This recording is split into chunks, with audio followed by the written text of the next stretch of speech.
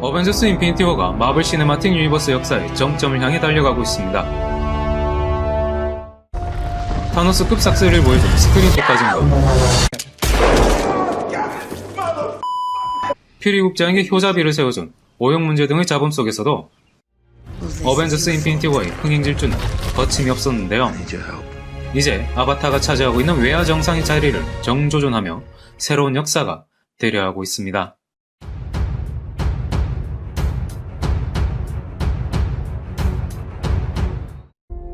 어벤져스 인피니티 워는 마블판 반지의 제왕을 보는 것 같았는데요.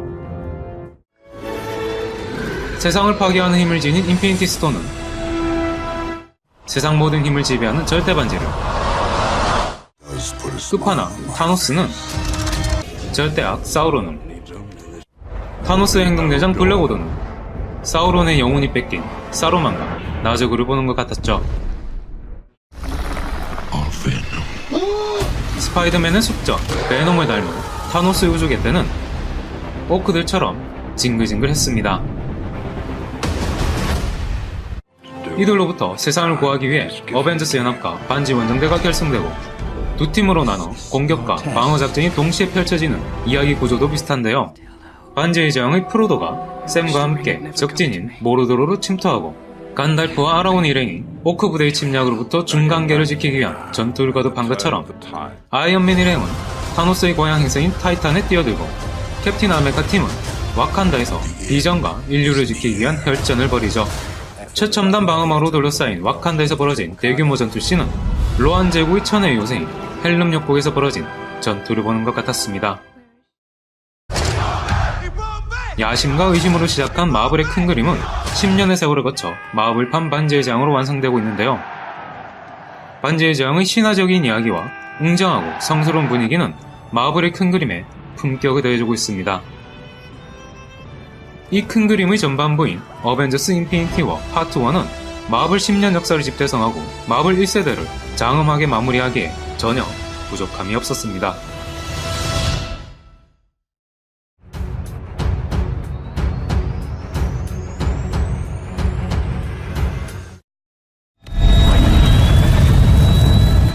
(2008년) 아이언맨 토니 스타크가 마블 시네마틱 유니버스의 문을 연 후 10년간 다양한 세계의 많은 영웅들이 합류했고 이들의 관계는 함께한 설만큼이나 깊어졌습니다. 다 함께 힘을 합쳐 위기를 헤쳐왔던 동료애는 물론이고 로맨스와 브로맨스도 꽃을 피웠죠. 그런 그들 앞에 끝판왕 타노스가 나타났습니다. 사실 그동안 어벤져스가 상대했던 빌런들의 존재감이 원작의 유명세에 미치지 못해 아쉬웠었는데요. 그래서 끝판왕이라 불리는 타노스가 직접 나선다 해도 그리 위협적이진 않았습니다. 하지만 마블은 어벤져스 인피니티 워를 1, 2부로 나눠 개봉하기로 결정하며 어벤져스 인피니티 워 파트 1을 타노스를 위한 무대로 만들어주었고 타노스는 영화의 시작부터 끝판왕의 면모를 유감없이 보여줬습니다. 어벤져스 최강전사 투톱을 맨손으로 작살내버렸고 질긴 생명력을 자랑하는 어벤져스 1대 빌런의 목을 한 손에 꺾어버리며 경악할 만한 신고식을 했죠. 파워와 지략을 겸비하고 굳은 신념과 의지마저 갖춘 이 슈퍼빌런이 몰고 온 절체절명의 위기 덕분에 한편으로는 우리 영웅들 사이의 끈끈함과 애틋함을 확인할 수 있어 좋았는데요. 위험에 빠질 때마다 서로에게 달려오는 블랙 위도우와 스칼렛 위치는 자매지간을 보는 것 같았고 갑을 관계로 시작했던 회장님 토니와 인턴 사원 피터는 어느새 부자지간처럼 애틋해 보였습니다. 그리고 소코비아 협정을 두고 주먹다짐을 했던 어벤져스 멤버들은 변하지 않는 동료애를 다시 확인시켜 주었죠. 타노스의 등장으로 스칼렛 위치와 비전, 스타로드와 가모라 커플의 사랑은 가혹한 운명이 되어버렸고 그들의 로맨스는 애틋함으로 가득했는데요. 특히 스칼렛 위치가 어쩔 수 없이 해야만 했던 선택의 순간에는 애잔함이 절정에 달했습니다. 타노스는 결국 인피니티 스톤의 힘마저 얻게 되고 어벤져스는 속절없이 패배했습니다. 늘 자신감과 여유가 넘치는 토니가 고개를 떨궜고 그 무엇에도 굴하지 않던 캡틴이 주저앉아 버렸습니다. 그리고 많은 영웅들이 허망하게 소멸돼 버렸습니다. 그동안 마블 시리즈에서 볼 수 없던 이 낯선 광경을 보면서 저도 모르게 마음이 무거워지고 숙연해졌는데요. 아무래도 10년의 세월을 매년 만나면서 쌓인 정 때문이겠죠. 덕분에 어벤져스 인피니티 워는 저에게 가장 짙은 여운을 남긴 마블 영화로 남게 되었습니다.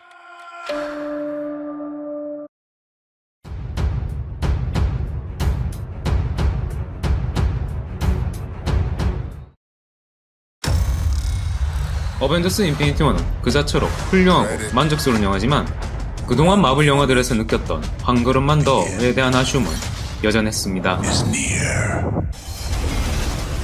절묘한 균형감과 흥행감각으로 수준급의 영화들을 내놓았던 마블이지만 걸작으로 갈 수 있는 길목에서 늘 걸음을 멈추는 것 같아 아쉬웠는데요. 캡틴 아메리카 11호가 특히 아쉬웠고 이번 어벤져스 인피니티 워도 그랬습니다. 이것이 마블 영웅들이 처음으로 힘을 합친 어벤져스 1편이었다면 마냥 좋기만 했을 테지만 그동안 슈퍼히어로 장르에서 많은 것을 성취해온 마블이기에 다크나이트의 보험가는 걸작이 탄생해주기를 기대하게 되는 것이죠.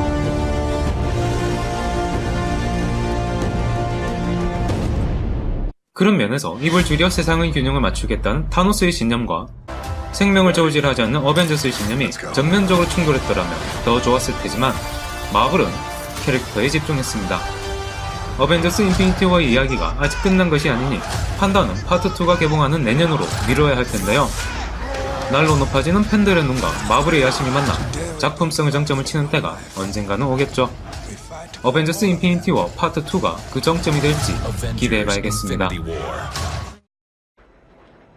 캐릭터적으로 가장 아쉬웠던 것은 바로 헐크, 브루스 배너였습니다. 물론 그동안 자신의 힘을 두려워하며 고뇌에 차있기만 했던 브루스 배너가 영화의 긴장감을 풀어주는 역할을 담당한 것은 신선하고 좋았습니다. 하지만 개인적으로 어벤져스 인피니티 워에서 기대했던 것 중 하나는 애타는 썸을 나눴던 배너와 나타샤의 재회였는데요.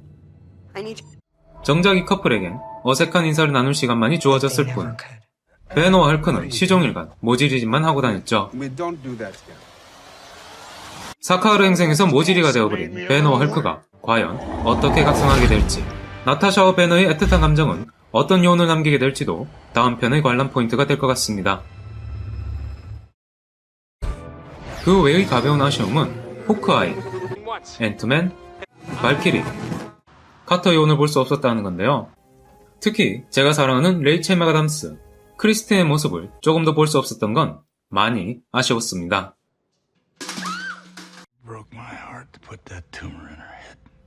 그리고 막장 괴물 아빠를 향해 마침내 폭발해버린 스타로드의 잠재력이 사랑하는 연인 가무라의 죽음에도 잠잠하기만 했던 건 의문이었고 타노스 못지않은 존재감을 보이던 블랙오더의 1인자 에보니모가 영화 덕후 스파이더맨의 전략에 가볍게 희생된 것도 아쉬웠습니다.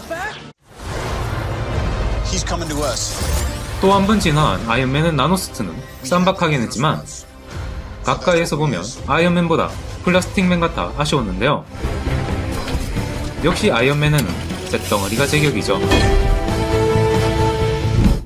그리고 토르의 스톤브레이크도 쌈박했지만 이왕 만드는 거 멸리를 부활시켰으면 더 좋았을 것 같은데요. 토르의 손에는 역시 망치가 있어야죠. Anyone else?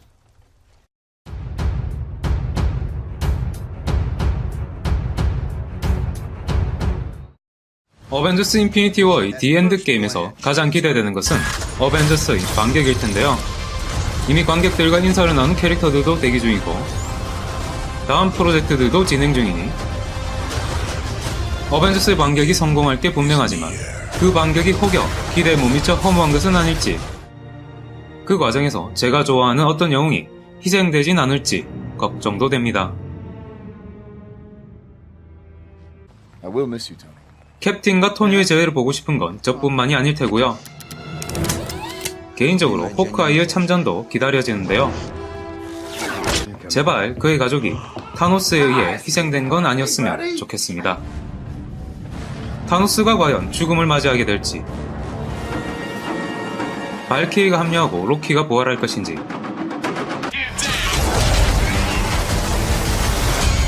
곧 개봉할 앤트맨과 와스프의 이야기가 어벤져스 인피니티 워와 어떻게 연결될지도 기대가 됩니다.